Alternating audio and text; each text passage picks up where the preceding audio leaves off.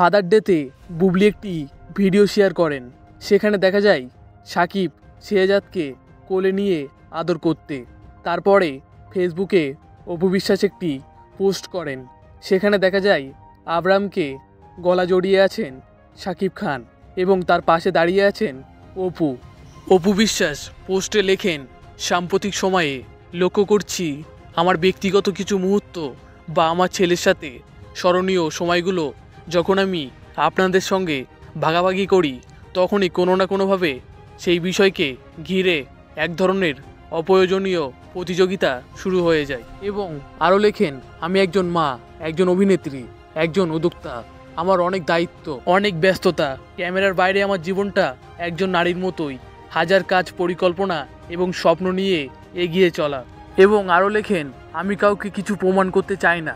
আমার সম্পর্ক, আমার জীবনের অধ্যায়গুলো দর্শকদের চোখের সামনেই কেটেছে। সেখানে লুকোচুরির কিছু নেই, নাটক করার কিছু নেই।